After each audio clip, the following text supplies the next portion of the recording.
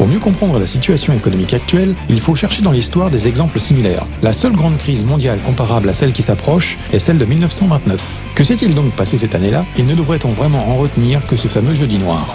En ce qui concerne l'avenir proche, vous faites une comparaison sur le livre 777, sur Blade Master, je ne sais plus, une comparaison de la crise de 1929 et la crise d'aujourd'hui. Parce que tout le monde pense que c'est en 1929 que les bourses ont vraiment chuté, alors que vous expliquez que c'est 4 ans plus tard que les valeurs ont touché vraiment le fond. Et là, on arrive à peu près à cette période-là, on a suivi exactement la même courbe. Là, vous avez un exemple typique du mensonge des professeurs d'économie. Tous les professeurs d'économie, quand ils vous parlent et vous donnent des cours sur 1929, ils vous expliquent que la date clé, c'est le jeudi noir. Et en fait, c'est pas ça. La vraie chute, la véritable explosion de Wall Street, c'était 4 ans plus tard, quand le Dow Jones est tombé à 42 points. C'est-à-dire 0. Voilà. Café Franklin Roosevelt, pour sauver Wall Street, parce que les actions allaient tomber à 0, et donc c'était la disparition totale de Wall Street, aussi, de tout ce qui est action.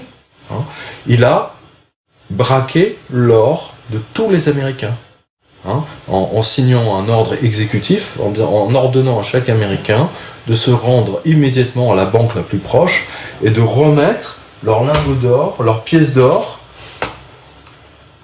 moyennant $25 l'once.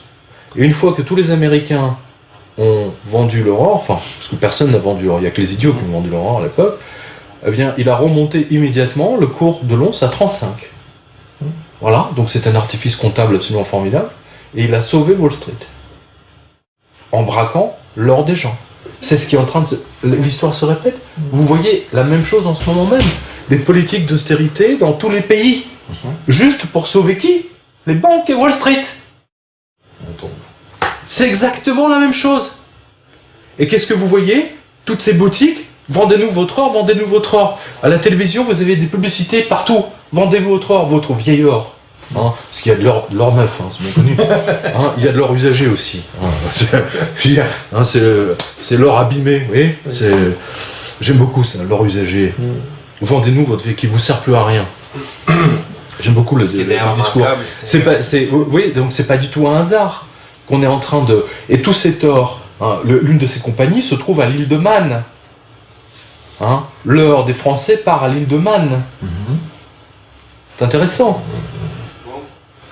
Encore si c'était une société française qui rachète, je sais pas, l'or des Français et refournit la Banque de France en lingots. Ok, très bien. Il n'y a aucune raison pour empêcher les Français de vendre leur or s'ils en ont besoin ou s'ils en ont envie. On est tout à fait d'accord. Mais cet or, il doit être, il doit être remis à la Banque de France. La Banque de France doit racheter l'or des Français. Personne d'autre. Vous me suivez? Oui, tout à fait. Et voilà, partout. Vendez-nous votre or. C'est un phénomène mondial. Mais tout cet or, il va bien quelque part. C'est ça la question. Il faut enlever l'or de chaque pays. Il faut affaiblir chaque pays. Mais où est-ce qu'il va tout cet or-là actuellement? C'est une question que beaucoup de gens se posent. Les Chinois en achètent beaucoup parce que eux veulent garantir le yuan à un moment donné par l'or. Et les Américains, pour les contrecarrer, les rachètent aussi avec la planche à billets. Vous avez vu? On revient toujours à la même chose. L'imprimante magique, ouais. François Mitterrand parlait dans ses mémoires d'une guerre inconnue, une guerre permanente, sans mort apparente et portant une guerre à mort entre la France et les USA. D'autres parlent aujourd'hui d'une guerre financière entre l'Europe et ces mêmes USA. Le fait est que la zone euro connaît aujourd'hui sa plus grande crise. Sommes-nous donc victimes d'une telle guerre économique aujourd'hui? Quels en seraient les enjeux politiques? Il y a eu un chantage qui a été fait sur Nicolas Sarkozy, exactement comme un chantage a été fait sur Berlusconi. Ça, je l'ai vu dans la revue de presse, je l'ai même chroniqué. Avec Laurent, on s'était quand même bien amusé sur cette affaire. On avait même prévenu, moi j'avais prévenu tous les auditeurs, les lecteurs, longtemps à l'avance, que ça sera fait. Pourquoi? Qu'est-ce qui s'est passé? Lors de l'explosion de Wall Street, le 29 septembre 2008, d'accord? Tous les fonds de pension, donc tous les caisses de retraite auxquelles tous les lecteurs ou spectateurs ont cotisé, d'accord, vos parents, tout ça a été volatilisé. Ils ont perdu 60, quasiment dans certains cas, même 80%. D'accord ? Les caisses de retraite ont été ruinées le 29 septembre 2008. Nicolas Sarkozy n'a pas jugé utile de régler ce problème, ni de le dire aux Français d'ailleurs. Hein. Donc, et on a vu une première attaque sur la France, effectivement.